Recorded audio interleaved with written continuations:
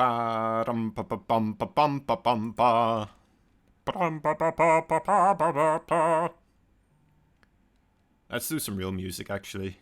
Sure this one was the right one? Let's just play it.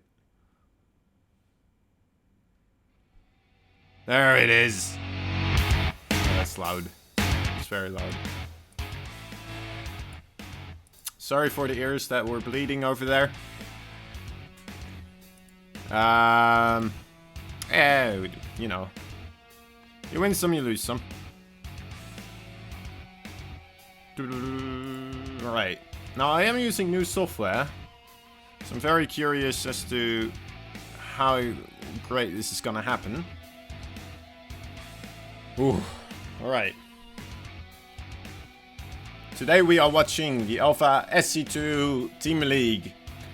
It's gonna be a match between Team Horizon versus A Vengeance Fishing Club. These teams already played a couple of times beforehand, but both times when they did play, they played with completely different lineups of people, so we really don't have any good indication of what's gonna happen in this case. We're just gonna assume that we're gonna see great matches here. I believe everything is set up correctly. I'm gonna try my best, guys, to deliver the greatest stream possible, of course, as I always do. And yeah, let's hope these players will try to give us the best matches as well. We're gonna start off with watching a let me see, wait, this were the old results. I'm sorry, guys, I was looking at the old results. That confused me there for a short second. All right, we're gonna start off with the TVT, then we'll move on to a ZVC, then we'll get a PvP, and then we'll, you know, end it with the PvC. So it's a lot of mirror matchups today. Hopefully I'll be able to tell what's going on in the first two the most, and then, you know, later on I'll be warmed up at least so I can improvise my way through the PvP, and we'll have a good time. We'll have a good time, that's for sure. I think the sound should be starting around about now as well, because it's been about 3 minutes since I started talking.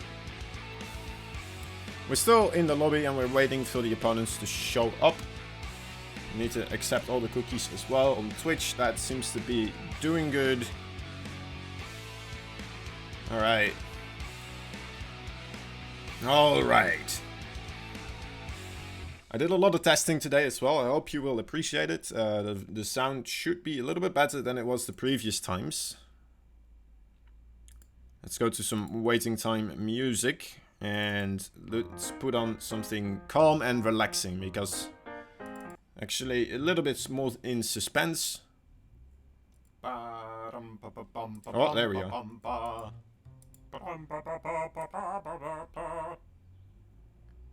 That's me. Some real music, actually. Sure this one was the right one? Let's just play it. This is weird. I had to turn it off. There it is. Wait, why? Oh my god, I have a second stream somewhere open, guys. It's here. That's why it sounded so weird. Oh my god, I understand now. Alright, well, if that was a mindfuck for me, it must be a really big one for you as well. I'm sorry for using that word. Children, do not use words like those. It's not proper language.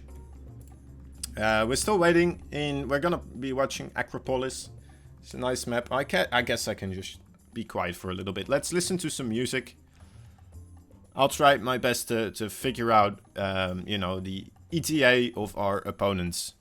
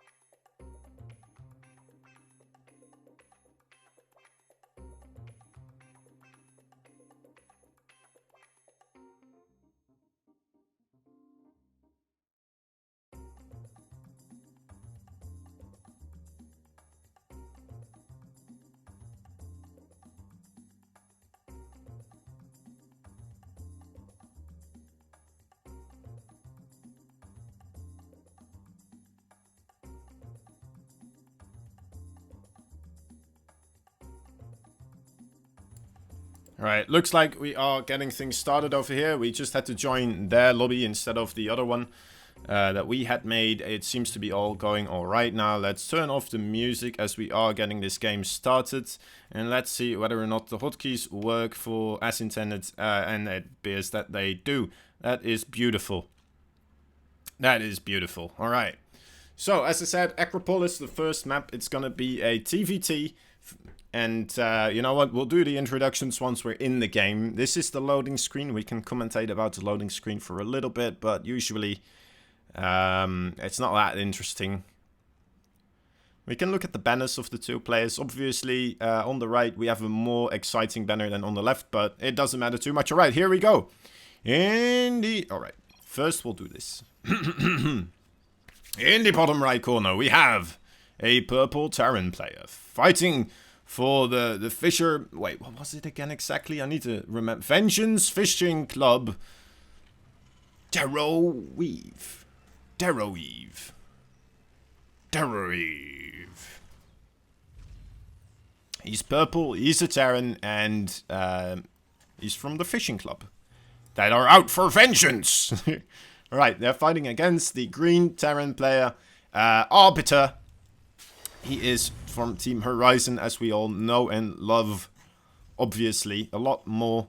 Oh, already putting a barracks over there, blocking the Reaper route inside. I did get that enabled. Alright, let me get this back up again and back. This making sure all the settings are correct. Alright, we are...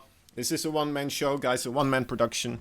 I hope you will, you know, take that into account, as we might have some hiccups now and again. But you know what? You guys are always lovely to me, so I'm sure it will be this time as well. Let's have a little bit of a deeper insight look. Darrow-Eve going for the double gas, so might be trying to do something earlier with the starport tech. And we will see, obviously, Arbiter going for that much quicker expansion build over there. Darrow-Eve starting up with a safer build. Arbiter going for the Reaper first as well. It's gonna be a little bit quicker. Also, I've made a little bit of a mistake here, guys. I went for the carbonated drinks. I know it's terrible, but sometimes I might let out a little bit of a burp. I'll try to move away from the microphone as far as I can. But yeah, I don't know. That's just a peek inside of the life of Kozan. It's nothing too interesting, but you know what? There you go. So I'm kind of interested to see Darrow-Eve, what kind of build he is going for over here. We always see the starport being created. We will actually. So still no actual expansion from Darrow-Eve. If he is going for that aggressive, any type of aggression really over the one base, it is the 1-1-1 being created for him. The factory is being constructed for Arbiter at the same time, also known as Arby. Now, Darrow-Eve is stacking up his units over here, the two Reapers and the Hellion. Wait, how did I do this? Ah, there we go. Alright, this should follow them. Getting back into this, guys. Getting all the buttons back into my fingers again. What is it? It's a tech lab. Alright, so a tech lab going down and another tech lab going down. A very aggressive build here for Darrow-Eve. Going for the, most likely the Banshee. Actually, are we thinking he might put down something else here? I don't actually see anything else going down, so no battle cruisers going on. Definitely just for the Banshees. And on the other side, we see RB. He did construct a bunker, so he's a little bit safer. I'm surprised that neither of these players have gone for any type of scouting so far. Not even dropping a scan on the opponent's base and just kind of going for the build that they want to. Oh, there we go. RB actually going for the Reaper build. And wow, Darrow trying to get in here, and he might be able to do quite a bit of damage actually. Although there is another Hellion coming out. Let's try to see this micro going on here. Hobby loses that other Hellion. He might get the other Hellion as well, though. And actually kind of mitigates the damage here. Probably as good as he can. With the tools that he had at this time. He might still lose a couple of units, actually. They're so low.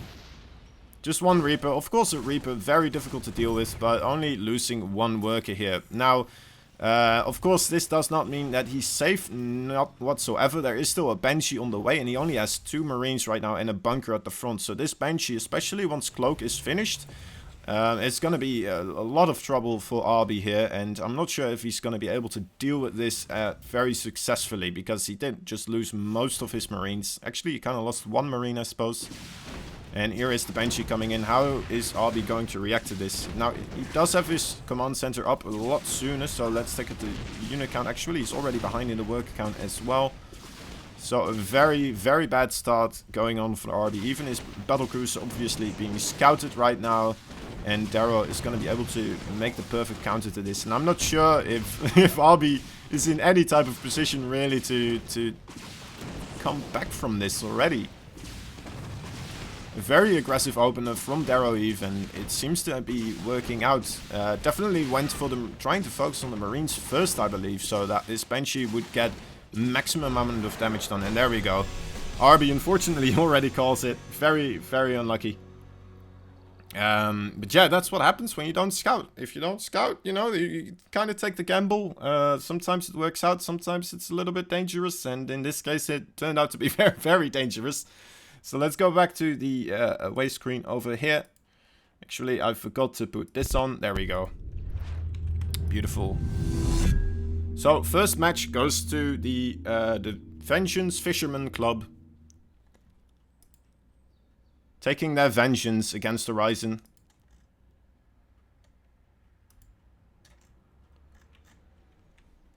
I am being told to join the channel as well. Oh. Alright, we'll try to look into this at some point. Interesting.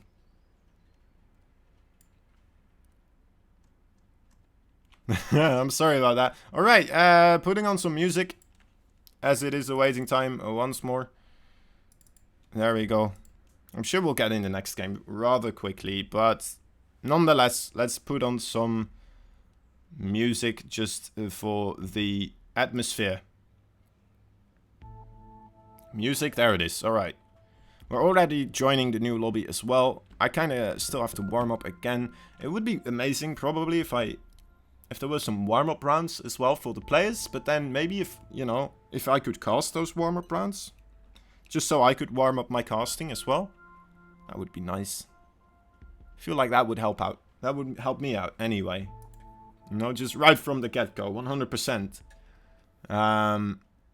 But you know what? We're in this we're in this atmosphere right now, so it's alright. First map going to the Vengeance Fishing Club. I thought I'd try to join the game, but it doesn't seem to be like the game got hosted there. Alright, I'll do my best to join the right chat window. Hold up.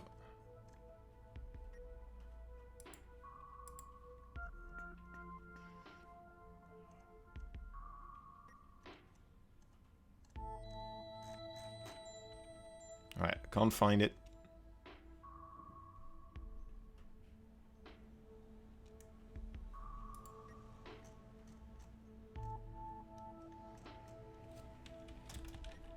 Oh, there we go.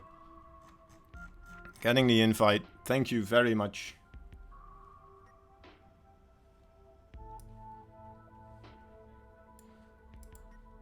Here it is. The next match. It's gonna be a ZVZ. A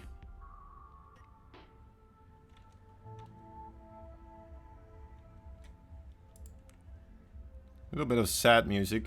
Sorry about that. Happy music in the background. It's not the time for happy music.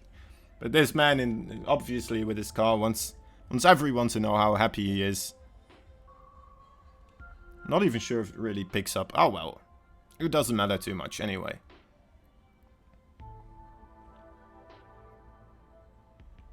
Alright, game is starting. Let's get everything rolling again. Put this off. And here it is. There. King's Cove. CVZ. Here we go. Second match.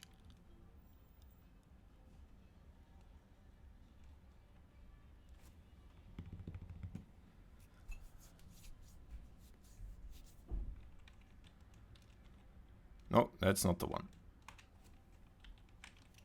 There we go. Alright, I did the score screen. Success!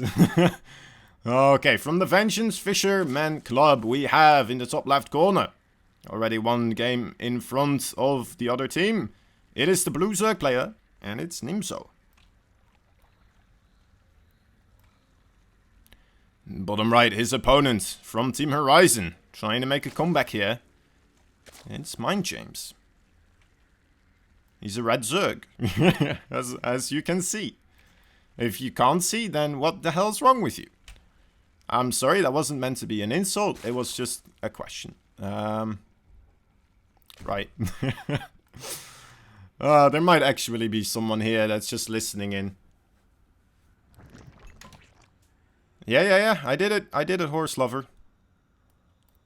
Alright, so we see a quick expo from Mind James at the same time. Also from Nimzo on the other side of the map. A little bit of deviation as the production of the drones is a little bit in front, I believe, for Mind James. I could be wrong with this, but we'll see.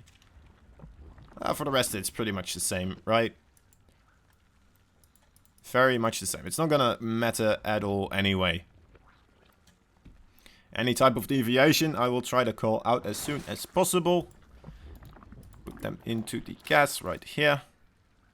There they go. Oh, that was a nice little transfer. Right from the spawning pods into the gas.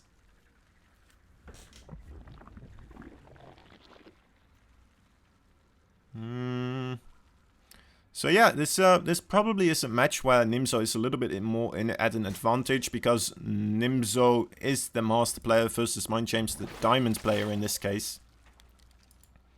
But it is ZVZ. It's a very volatile matchup. ZVZ obviously known for exploding units. I'm kind of curious to see whether or not Nimzo will decide to go quickly into roaches to kind of mitigate that and, you know, make the macro more of an advantage in that sense. But, of course, if he does go for the ZVZ, the Zerglings and the Banelings will know immediately. So far right now, it seems like both players are opting to kind of drone up. Nobody really going for any type of early aggression so far. Just kind of taking their time. Oh, actually a third base being created there for Nimzo quite early on. Mind James might scout this eventually with the Zerglings. He's already coming in here. And a Baneling nest going down for Nimzo actually. So not exactly as I expected. And let me see, I can follow with this. Mind James, not in the right neighborhood for this. To really scout this third base already being created. Now, he did see that the Baneling nest was being created, but I'm not sure if he clicks on it or not. On the other side, Nimzo already having his Overlord over here in a very good position. Obviously, you can pretty much put your Overlord here for free. It's very unlikely that a Queen will march all the way over here. But, yeah, so he does get a little, you know, a free scout basically on top of that third base. Now, the Baneling nest, it might just be just in case, kind of as a secure method, in just in case there's going to be a Link Flood coming in very early. Obviously, King's Cove, kind of difficult, especially for Zerg to wall this off successfully. You'd have to invest into a Creep Tumor quite early on, especially if you are facing a lot of Links at the start. So yeah, having that Baneling nest instead kind of secures you from that Baneling Flood. And, well, actually, alright. Mind James does go for the scout over here. Decent Baneling hit. Nothing too bad so far. And there we do see a Roach Warren coming down for Nimzo quite early on. And also the +1 ranged attack upgrade. So really getting that quite quickly. It's going to give a big advantage for him, obviously. Using a lot of Banelings that, you know, might cause Mind James to go a little bit more aggressive with the Zerglings. But, oh, another decent hit. But neither player is really investing a lot in Zerglings here at the start. It does appear so. So, overall, Nimzo is just kind of ahead already in the game. And especially because Mind James still not having created that third base. I'm kind of curious. He did put his drone here, and the Overlord has been seeing it for all this time. But nothing really happened with it yet. So, it might be a mistake. He might just be facepalming himself right now, thinking, oh my god, I didn't make the base, or... that might happen later on, or it might just all be a bluff. Oh no, there we go, there's the base. Now, overall, yeah, it's a little bit troublesome. Like, he already is saturated on both bases, and Nimzo now saturated on both his two bases as well. He's gonna get a magnificent lead in income over here rather quickly. There is a little bit of a link flood coming in, but there's more than enough banelings to defend this. Getting a queen would be quite nice. Trying to hide two banelings here. Nimzo already right on top of it. Losing, well, one queen and, what was it, one drone? One drone, alright. There. Nothing too, oh wait, oh there we go, two more drones do go down. Now the queen does slow down the production a little bit, but he already has his third hatchery, obviously, so really he is still on par with Mind James, his production as well. And Mind James right now throwing down the Spire, actually. He's seen that the Roach Warren has been thrown down and is upgrading over here. Upgrades also in a big lead for Nimzo. It seems like, yeah, both players opting to go for the macro game, and Nimzo seems to just be a little bit more capable overall. Although the work account is still kind of equal, it did take Mind James a lot longer to get that third base rolling over here. So, you know, he did get a lot less money to start spending here. Let's see. Spending. Yeah, so here we can see Nimzo having spent a lot more on his army, and that's all these roaches over here. I'm kind of curious if he will try to go for this attack. Having the Changeling here, a very good scout. He's going to see that there's really not that much going on, and I'm wondering if that's going to cause him to move out with his roaches right now. Or is he really not? Wait, I missed this. Oh my god, I'm sorry. Two drones go down. Alright, it's not too bad. And there go the roaches. Alright. And three more roaches there. One more roach here. Three more. Alright. Doesn't matter too much. Alright, let's see the units count. So that's 32 roaches.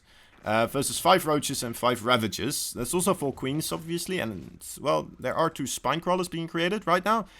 I'm not sure if they are going to be done in time. There's one over here as well, luckily.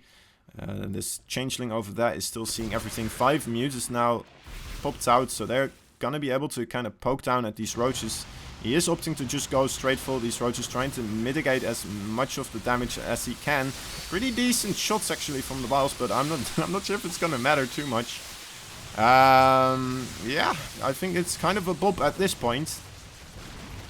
Team Horizon in a very difficult spot after this game, I'd say. That's too many drones going down to really recover. Unfortunately, against roaches, you cannot get lucky baneling connections either as much, especially if they're split up like this. And it seems like all the workers have unfortunately gone down here, and even the third base as well. Now he does have Mutalisk, but I'm not sure if Mutas are going to be able to do anything here. And Nimzo already having created all the spore crawlers in the world that he is going to need against this small amount of Mutalisk. Obviously, he's not going to be able to really get a lot more of those after losing that much of his economy. He's going to go for one big counter attack, trying to do something in response. But, yeah. I'm afraid that he is going to be met with a lot of disappointments here.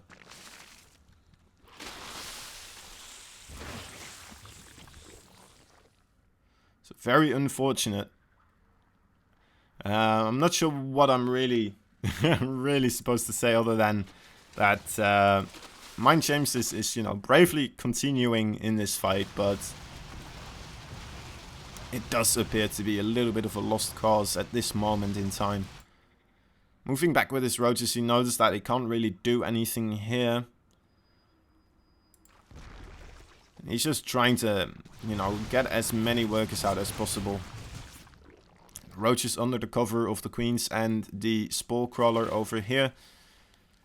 Trying to make something happen with these Mutalisks. And I can't really blame him because, you know, if you do have the mute attack against someone that kind of went for a lot of roaches at the start, you usually do have a little bit of a timing, but I feel like the timing has gone by, unfortunately, in this game. Maybe if he had a little bit more Mutalisk, but unfortunately Nimzo never let him get to the point of really bulking up his mutas.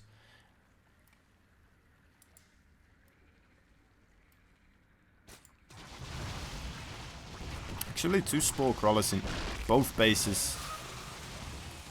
Let me check over here. Yeah, 2 spore crawlers here as well. So, really making sure he does not die against these Mutalisk. Adding the Hydralisks as well, and that's going to be so much damage right here. And the next push is going to be completely devastating.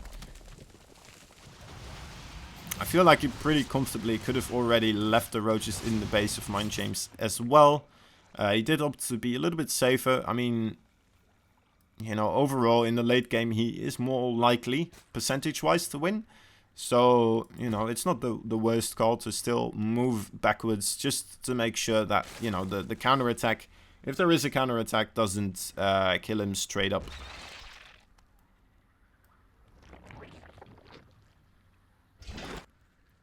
Taking the 4th base. Yeah. I'm gonna read the chat for a little bit. Whose link speed is faster? I don't know. I don't know whose link speed was faster. I think it was pretty on the same time, right? It should have been. Didn't really pay attention to it that much. Neither of them was going for a big link attack. Blue slightly. Alright. Blue was... Alright. Now I know.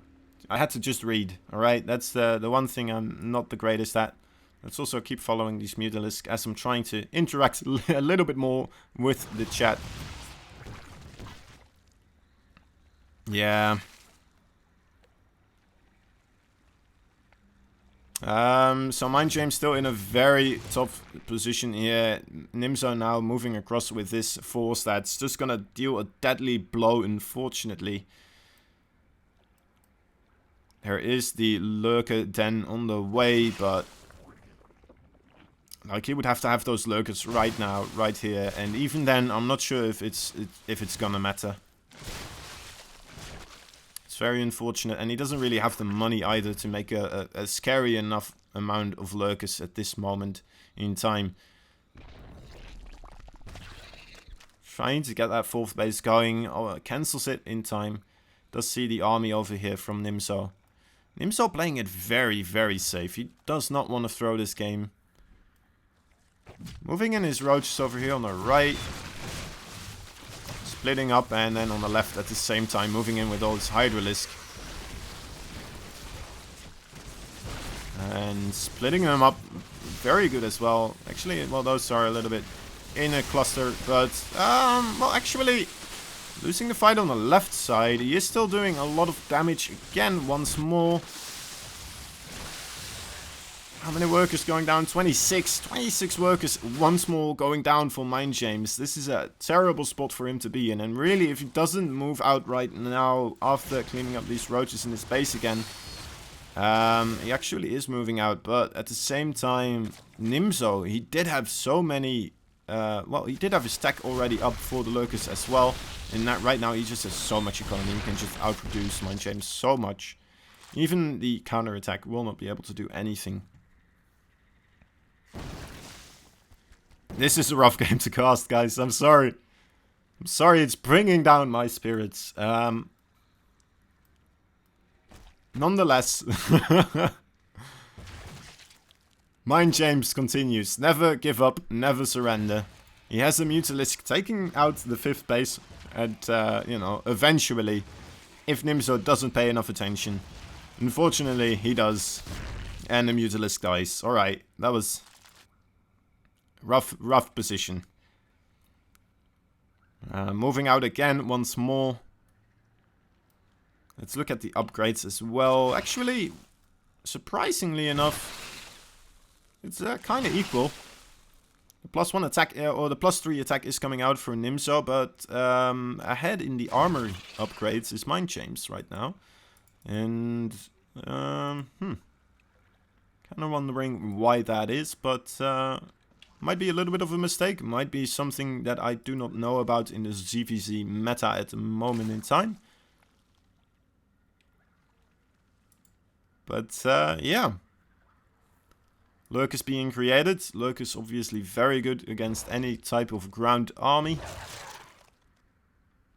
As long as that army tries to move over the Lurkers will shred that entire army completely. So I feel like that's the one way Mind James might be able to get a comeback here, which is like Nimzo making a crucial error in moving his army over the lurker position of Mind James. But as it is right now, oh dear lord. Nimzo in a beautiful position right here, just completely destroying the base. And yeah, unfortunately, Mind James losing his lurkers there, just being outnumbered, grossly so. There it is, GG. That was a rough one. Alright, so second game also goes to Vengeance Fisherman Club. Very unfortunate. Did I mute my Starcraft? I did not. I didn't do it in time. Come on. It won't anymore either. Huh. Something happened.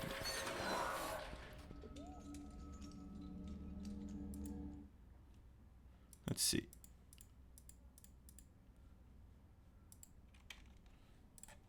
Put on the music again. Just a little bit of background. Depression sets back in again for Team Horizon. Not the greatest of starts. Now, the next one will be a PvP series. And, well, let's hope Nuxie manages to grab that one back into the reach of Horizon. It's the last final hope.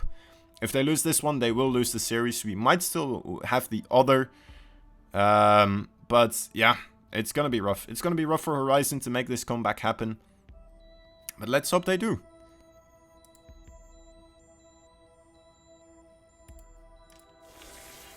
Interesting. Right, I'll just go over here for a second. I'm sorry about the StarCraft 2 sound still coming through. It's not my intention. Huh. I just found a new hotkey as well. Very interesting. Nothing to fear, nothing to fear. We're still getting a pretty good StarCraft 2. It was very unlucky. Mind James just getting behind in the macro game there.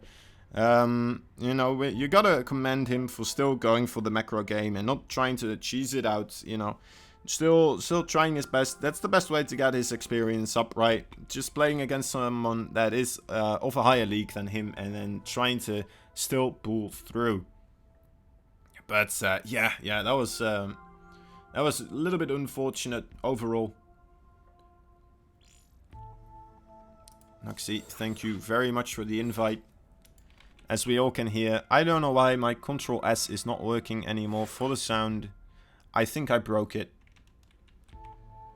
Oh well.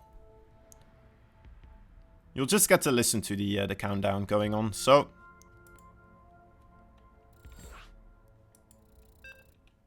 Oh.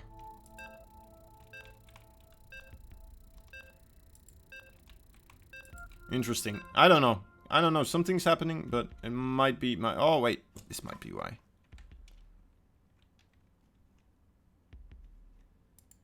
Alright, we'll see. We'll see if that fixed it.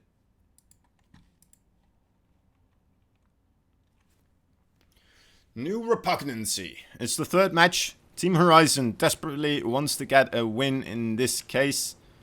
The Vengeance Fisherman Club already 2-0 ahead right now of Team Horizon. So in the top right corner we have a Red Protoss player. The final hope for Horizon to win this series. His name is Nuxie.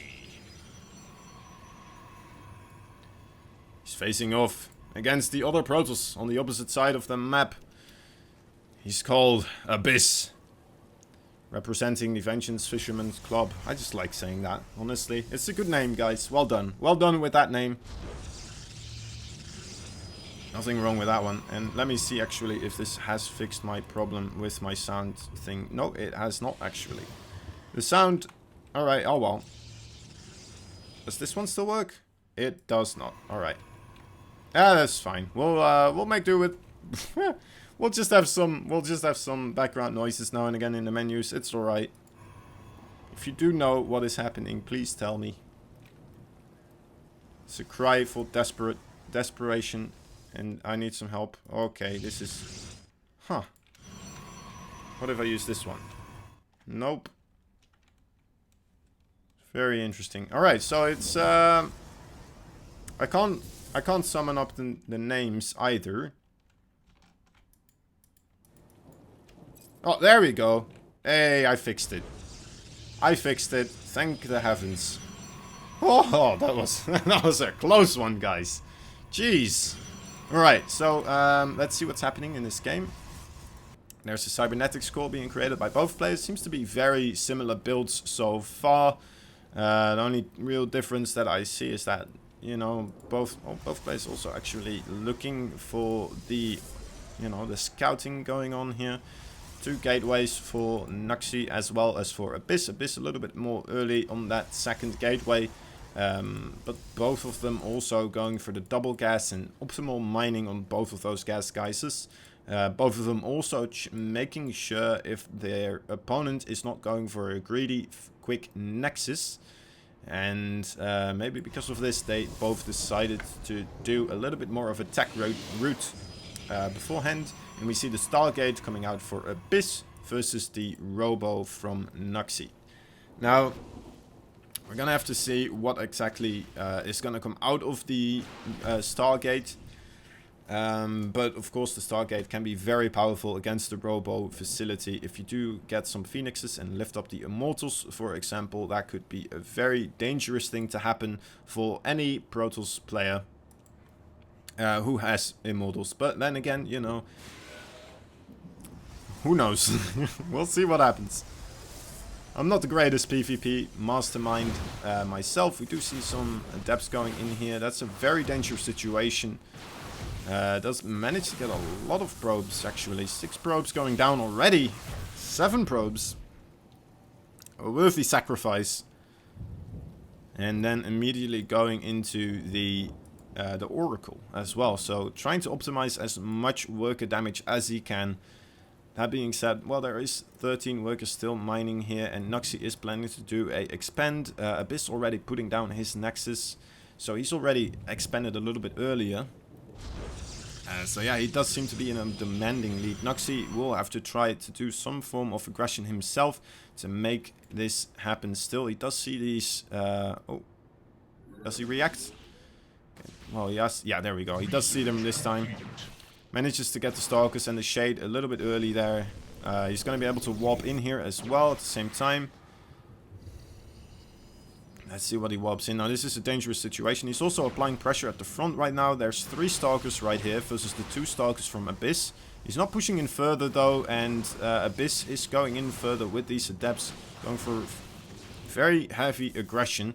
Actually, because he's microing on both fronts, it seems like he's not taking down as many probes as he could have. But does still manage to get down 3 probes again. And this is an interesting sight. 5 probes being chased by the... chasing these Stalkers down. Come on, boys, let's do a fight. And there's even 3 other probes over here. Alright, that was my Windows that decided to have a little bit of an interval within the stream. He, you know, he decided... he enjoys a little bit of me time now and again. I completely kind of missed the Oracle as well. I'm sure it had a wonderful time out on the map, but it did get killed. So, there we go. Immortal's now being created, and an Immortal is going to come out before this Starcraft force actually gets here, which is very unfortunate. It's going to be more than enough to deal with the Starcraft force. Does many, or actually, if he does target it down, there's no blink at all going on. Nope. Alright, so... yeah, more than enough for Abyss to fend off this Stalker aggression. His shield is already down. Maybe with some good targeting he will be able to get that immortal, but it's just too risky right now, I feel like, to really commit to a fight here. Especially with the production being this close for Abyss as well.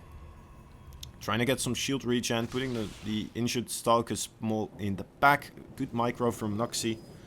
But yeah, also the shield already being returned to the immortal. So that's a lot of damage that maybe could have killed another Stalker, but who knows? Who knows? He would have taken more damage himself probably as well, if he hadn't forced the immortal to be microed. Alright, so having his own immortal as well, and a Twilight Council. He's, you know, he's kind of minimized the difference in workers at this point, but let's try to see in the spending menu.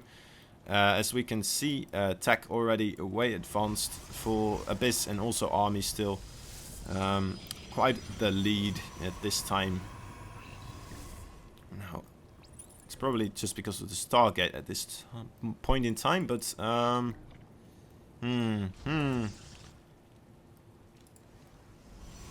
it's hard to call, guys. It's hard to call. I think it's still possible to get a comeback here.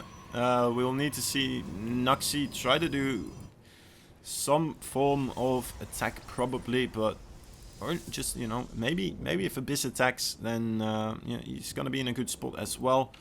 I'm just a little bit worried because I do not see any upgrades coming out for Noxy, and Abyss already getting the +2 attack. Now we do see the charge being created and Templar Archives. So we might be seeing a little bit of a transition into Immortal Zealot, or sorry, Archon Zealot for Noxy in this time. Getting the one High Templar. Maybe I was wrong again. Is he going full Storm? I don't think so. That would be weird, right? That would be weird. Unless if he does see like a huge amount of Zealots. Oh, there we go, right. It is an Archon, thank the heavens. I still have some knowledge that seems to be valid in this matchup.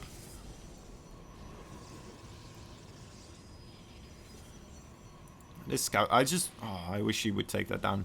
I feel like that would already be a great advantage for Noxy. Just, you know, if Abyss didn't really recognize what was going on with the army of Noxy, it would be in a more strained position. But right now, he knows that he's fairly safe. He can see the army. It's not that dangerous. He can count the immortals since it's only 2.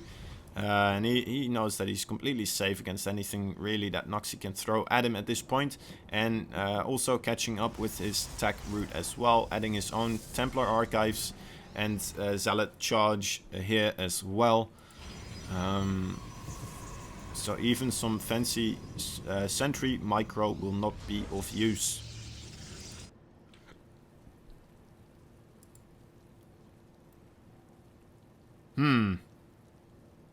This is a rough one. I'm trying to come up with ways for Noxy to bring this back, but it's since they both are going for the exact same army compositions and they both are going for no wait, only Abyss has the upgrade advantage. I guess he did spend a lot of money trying to get his 3rd base up. That's the one positive here for Noxy, truly, but other than that, I don't know. I'm not sure. He's a little bit ahead in the army counter here, but it's not that big of an advantage, and most of it, you know, it will come down to Abyss having 6 immortals here versus only 3 immortals of Noxy. Now that's a huge lead for Abyss, and if Abyss does target down some Stalkers here, he should be able to take a very dominant lead. Now actually Noxy getting in a very good concave here versus Abyss. A lot of the immortals in the back not really being able to shoot it as properly, and at least they won't be able to shoot on the Stalkers with this concave going on. Are there Zealots in the mineral line? There are not actually. He has to focus down the Archons right here, it seems, first. But I think, yeah, he still has it. So that was probably the best location for Noxy to fight in. Like, the best he could have asked for. But the sheer firepower of all those immortals just in the back shooting seems to be way too much. Now, he did go in with the War Prism at the same time. Some Zealots over here having a bit of a kerfuffle. But unfortunately, Abyss did react in time.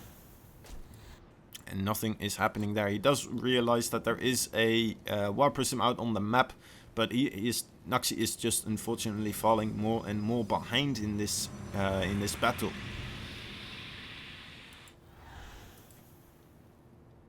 Going for the single Immortal Zealot drop.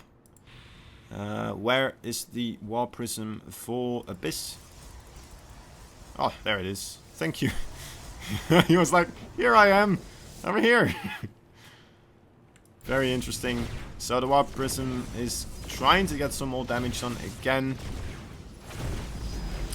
Gets one pylon and gets out of there again. And Archon nicely positioned, trying to catch him on the retreat. I don't think he will get this, right? No, he won't. Okay. At the same time, this War Prism, we can have a little bit of a look. Naxi did put down some pylons just to scout for this, but actually Abyss seems like he F'd 2 there for a little bit. He's gonna go for an attack then, most likely, isn't he? Did he actually? Well, he's still got his Observer here. Why did he actually choose his War Prism to go back? Alright, so he doesn't want to go for an aggression, but or like two-pronged, multi-pronged aggression. He just wants to go for one big wrecking ball falls right through the middle here. And that's why he probably opted his War Prism to stay with his army. Naxi coming out in the field to meet this though. Now army supply is still eerily similar.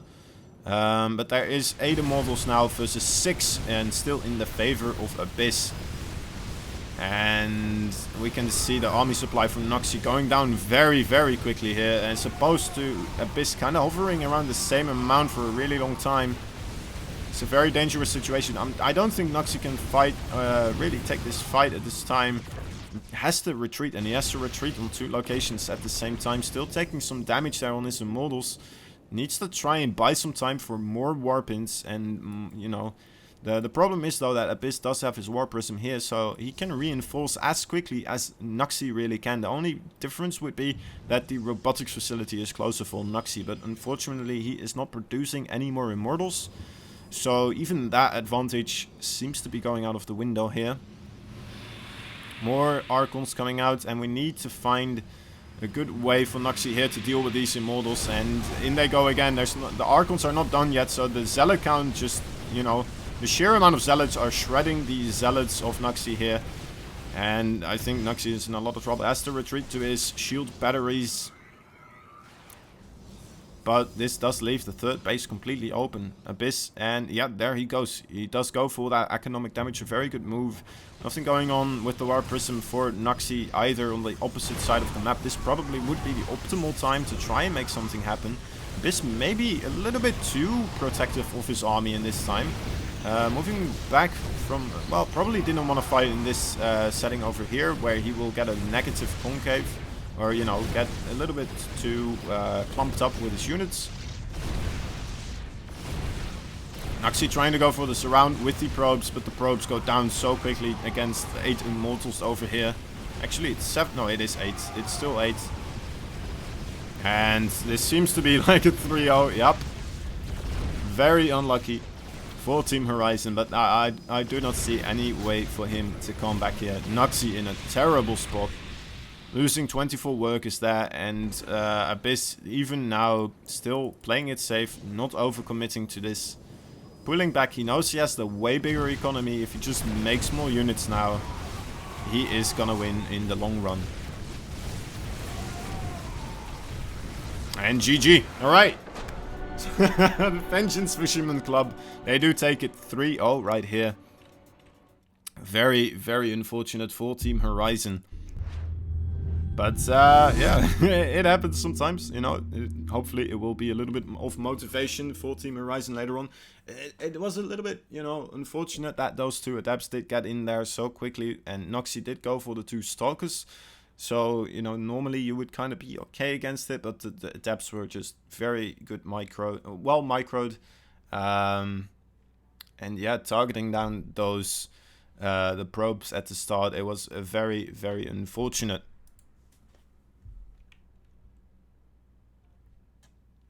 So let's see whether or not we will still get our 4th game going.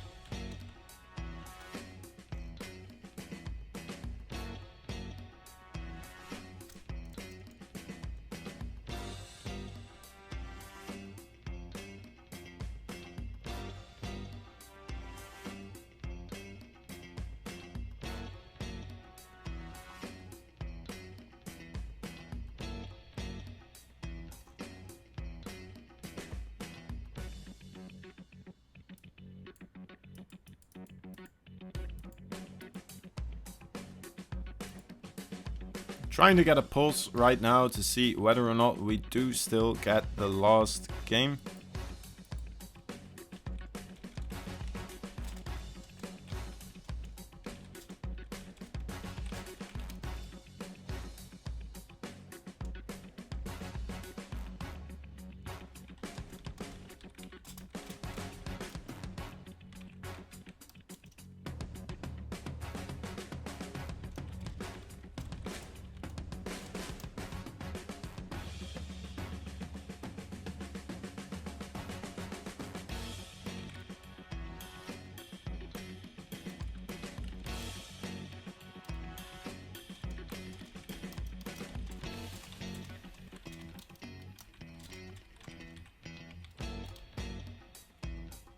We might be missing out. I don't know. We'll have to see. Would be a shame to end it on that, but you know what? The last game, it would be a PvZ, and it would be a, well, it would be Diamond versus Master League once more for well, in favor of Team Vengeance Fishermen's.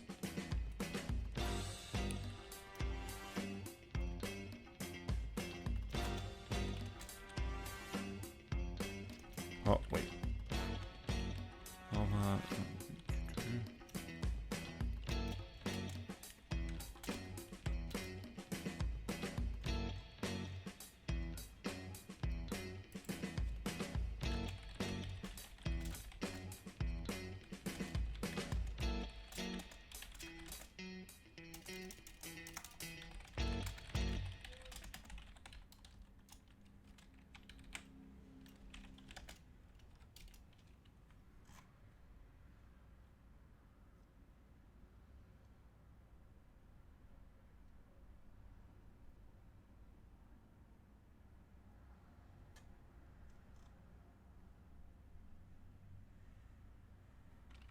Let me see if they are up for it. It does seem Medvi would be up for it, so that's always good. That's already one of the party joining in. Let's try to find something suitable for the occasion right now. I don't know if it is emotional. I got some emotional songs over here. This one's called Very Sad. Let's put this on.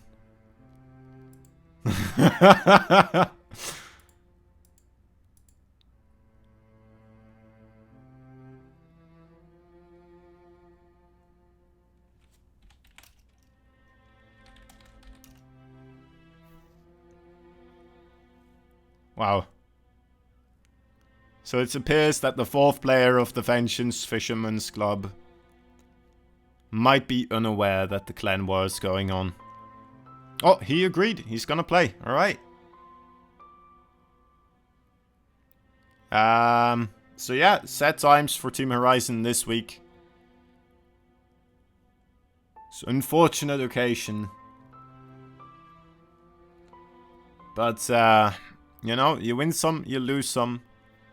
You try not to lose in a fashion of a 3-0, but, you know, sometimes it happens. It's unavoidable, and, well, we saw it happen right here.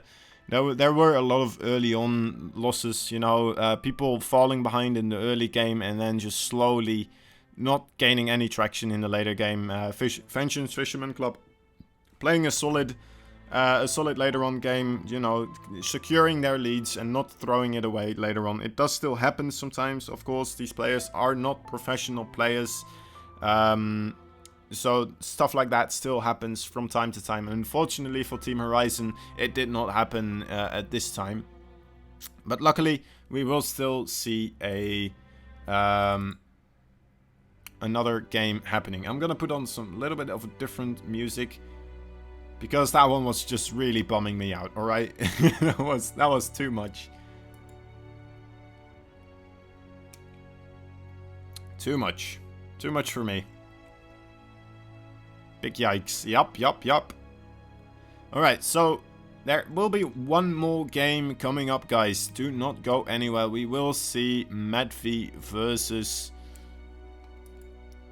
Fjand. I don't know how to pronounce this. Oh well. I'm sure we'll do great. once we're in game and the emotions are flowing, sure, I'll pronounce it in whatever way they want me to. All right.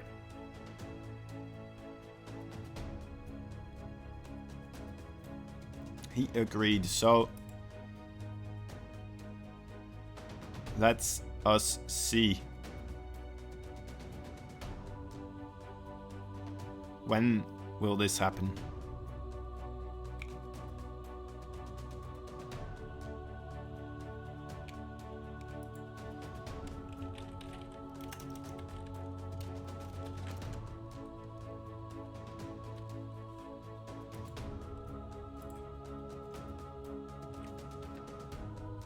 Boom, boom, boom, boom, boom. Now, will we get some sort of vengeance or redemption, maybe, for Team Horizon in this case? We'll have to wait and see. It would be great to see, you know, at least one map going into the favor of the Team Horizon. If it doesn't, then, you know, we won't be too upset. This is already a match where the Horizon player will unfortunately be outleagued by his opponent. His opponent being one entire league above him. There he is, Mr. Fiant. Let's take a look. And yeah, there we go. That's a bit old. Well, actually, the MMRs are not that far off. I'm gonna check one more time. Invite to the game.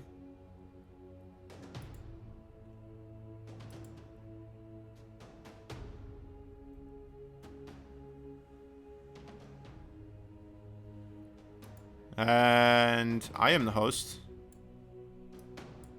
Oh, there we go.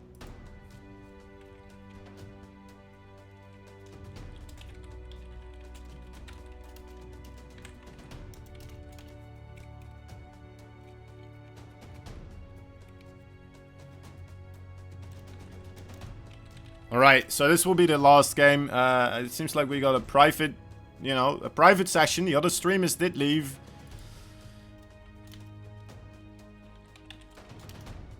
Alright, both players are ready. I am the host. Here we go. We're starting the game. I probably should have made myself a referee. Alright, we did it. We did it just in time. We're in the countdown. We're on the clock. The final seconds. Can we get a redemption story going on here? It would be a great moment for Team Horizon if it does happen. We're gonna mute the music once more. Go back into the game. There we go. We're not having any type of things happen. So yeah, let's put this on number 3. So it is a 3-0. Unfortunately, we will not be able to do anything with that scoreboard from now on, but we will be able to see the match unfolding as, you know, maybe it would have if we were in a tied up series. And, you know, this does give the players a little bit of a chance to still play the game. All right, so as I was saying, in the bottom left corner we have a blue Protoss player. His name is, in this case, Loser, but he's also known as Medvi, representing Team Horizon, and his opponent, a purple Zerg, from the winning team, in this case, the Vengeance Fisherman Club. His name is something I will not pronounce correctly, but I'll try my best anyway. It's Fiant. Fiant. Fiant.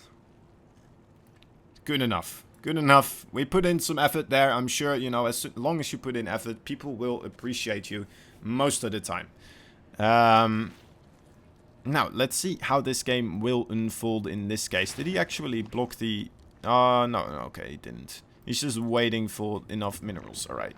I thought that was one of those lucky moments where your pro... Or your... oh, wait. Oh, no, it's on. It's on.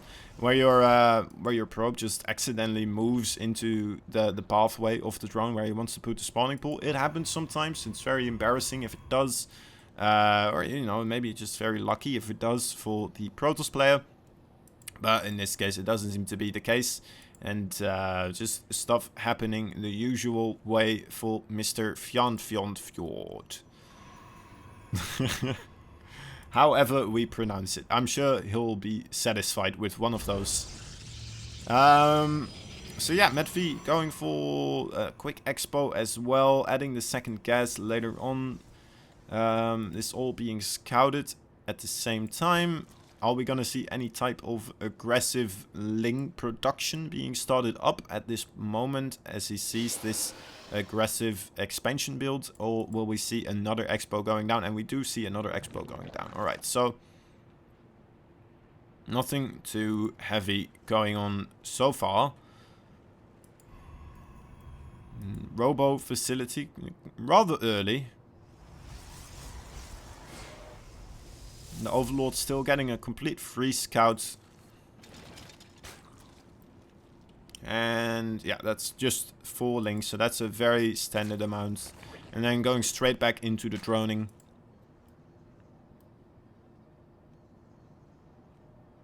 This Overlord, he will get in a little bit of trouble soon. I think he should make it, right? He should make this. Maybe if there was a chrono boost on top of the gateway, maybe he wouldn't have made it, or at least it would have been a lot closer. But yeah, he's perfectly fine. And tapped on the other side, trying to get some damage done here. Will he cancel this? And no, he will not actually. Still getting a very good surround here. Fjand does, and the Adept does go down. So an unfortunate start for Mr. Medvi in this case. He does have the War Prism on the way, also adding a Forge at the same time. Now this to me kind of indicates that he does want to go for a little bit of aggression. Maybe it is a very common occurrence for the Protoss to do the +2 attack timing, I do believe, if I'm not mistaken, or it might just be the +1 attack timing. +1 attack Zealots obviously do a lot better against Zerglings. Fjand right now already having his Roach Warren on the way though, so prepping for this occurrence, hopefully in the best way that he can. Also getting the Overlord speed and +1 melee upgrades. There it is, the Twilight Council on the way as well at the same time. War Prism is going to be adding at least 1 Immortal over here. And now he is going to go out with this Immortal. With his aggression. Now these is... Oh, actually here comes another Overlord Scout. Does he see the War Prism? He does not so far. Oh, now he does. Now he does. Is he watching it as well? And he sees this complete vision. So nothing staying hidden here for Fjand. He's gonna, well, actually, he is gonna save this Overlord, mate? No, he's not. Alright, yeah, he's gonna die. It's a worthy scout, though. He sees everything going on. He sees the Twilight Council researching something here.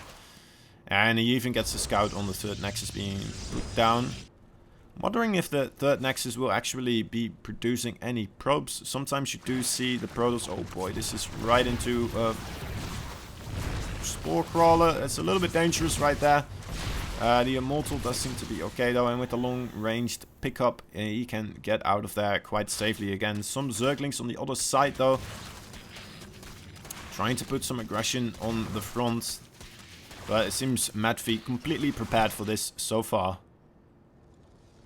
Actually, he's ahead in the work account as well by a fairly large margin at this time. But of course, Fjand does have his 3rd base up that much quicker. Oh my god, this is a lag spike of the enormous property.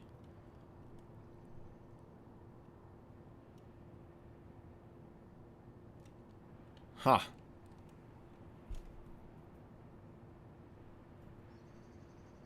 Right. Okay. Oh, hey, Alif. Welcome to the stream. Alright. That's unfortunate. Huh. Did something happen? Or was that just an internet thing? I'm gonna hop onto the Discord, see what's up. Well, that was weird. I'm not sure what we're supposed to do with that either.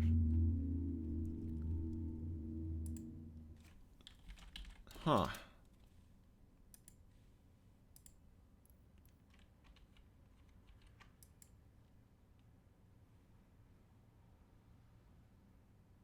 We could pick it up, right, with the replay. We can resume from the replay.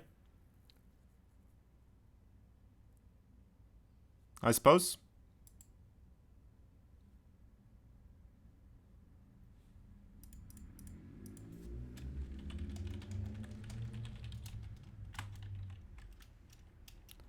I've never done that, I think. I need to figure it out. Alith. Oh, you're not even here right now, are you?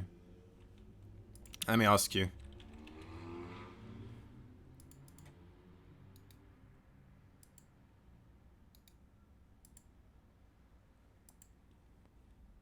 Alright. This is embarrassing.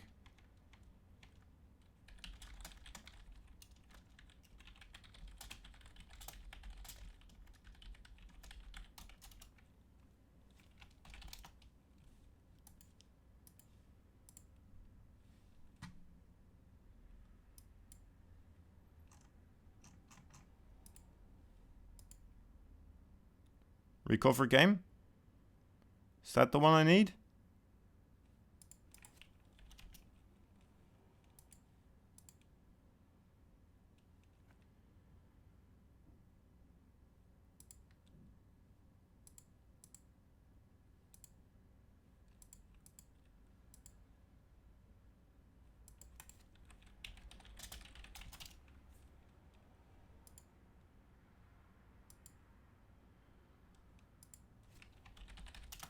Alright, there we go. This is so great. This is why I love Starcraft. Everything is already taken care of for me. Even on a DC we can get stuff done. Oh, okay. Wait, what?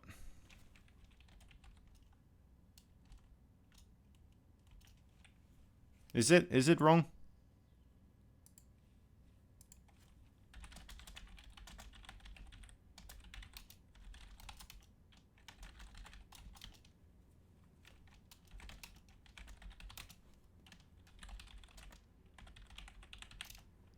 Right, both players ready again. We're gonna hop in. Yep. Game ended. There we go. Let's give it a go. Let's give it a good whirl. Try it out. Putting on the sound again and back to this. Alright. Hopefully this works. This is the first time I had to do this. So we're gonna see whether or not. I hope they aren't playing on the other one's side. That would be rather embarrassing. Oh well, we'll figure it out. We'll figure it out as we go. Otherwise, we might be in a little bit of trouble. But who knows? Recovering. Please do it correctly. Mr. Starcraft 2, please show your superiority towards any other game. You are the greatest. You can do this, Mr. Starcraft. Look at him go.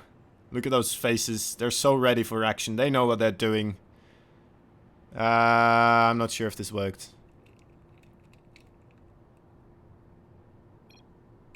Alright, Medfi says he's ready.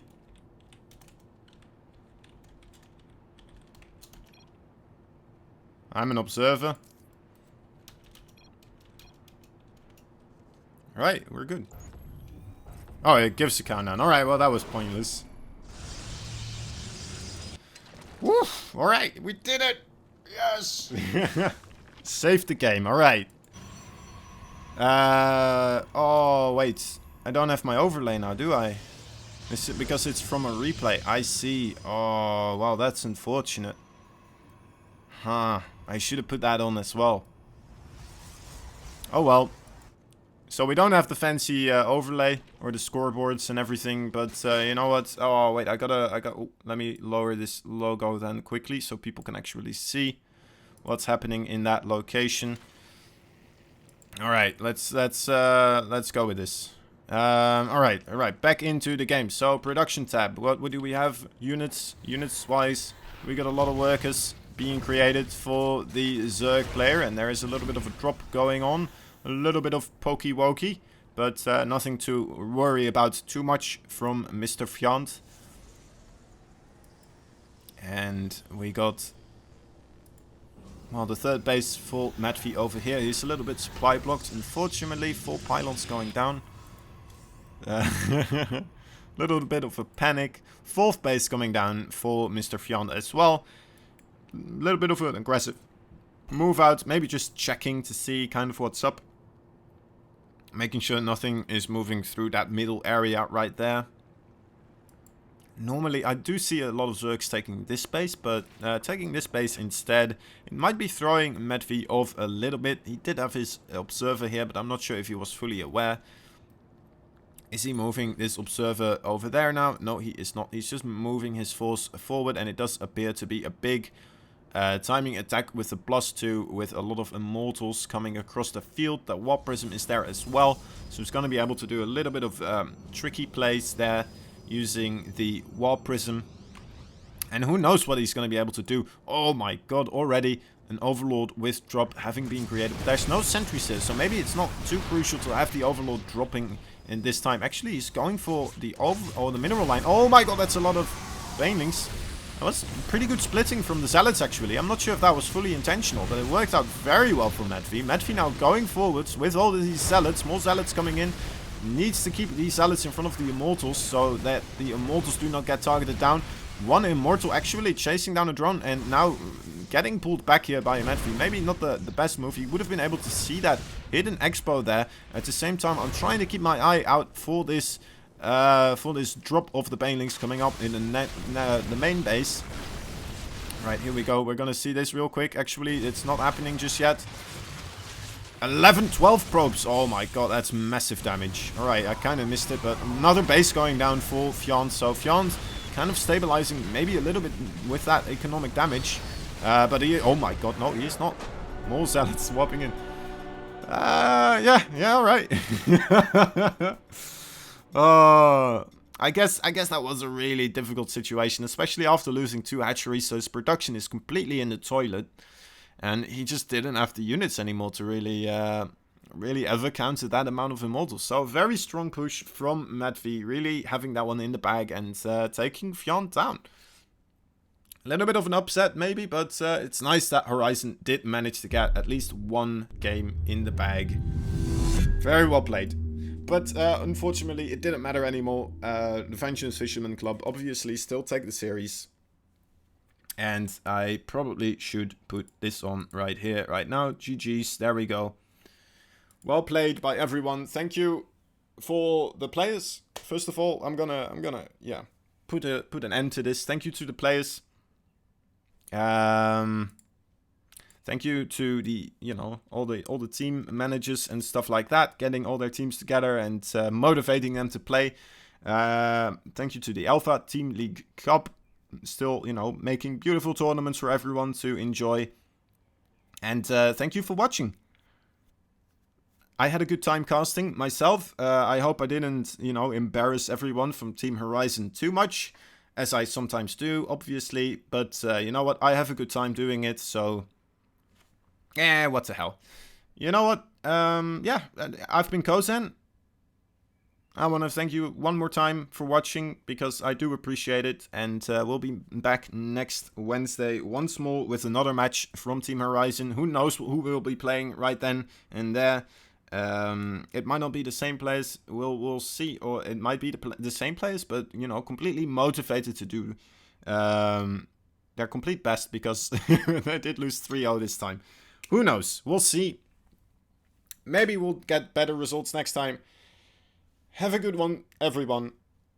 I'm calling it quits for today. I don't know what I'm talking about anymore. I think I'm pretty pointless talking right now, but it's still kind of fun, and you know, it still feels like a little bit of an atmospheric thing to do.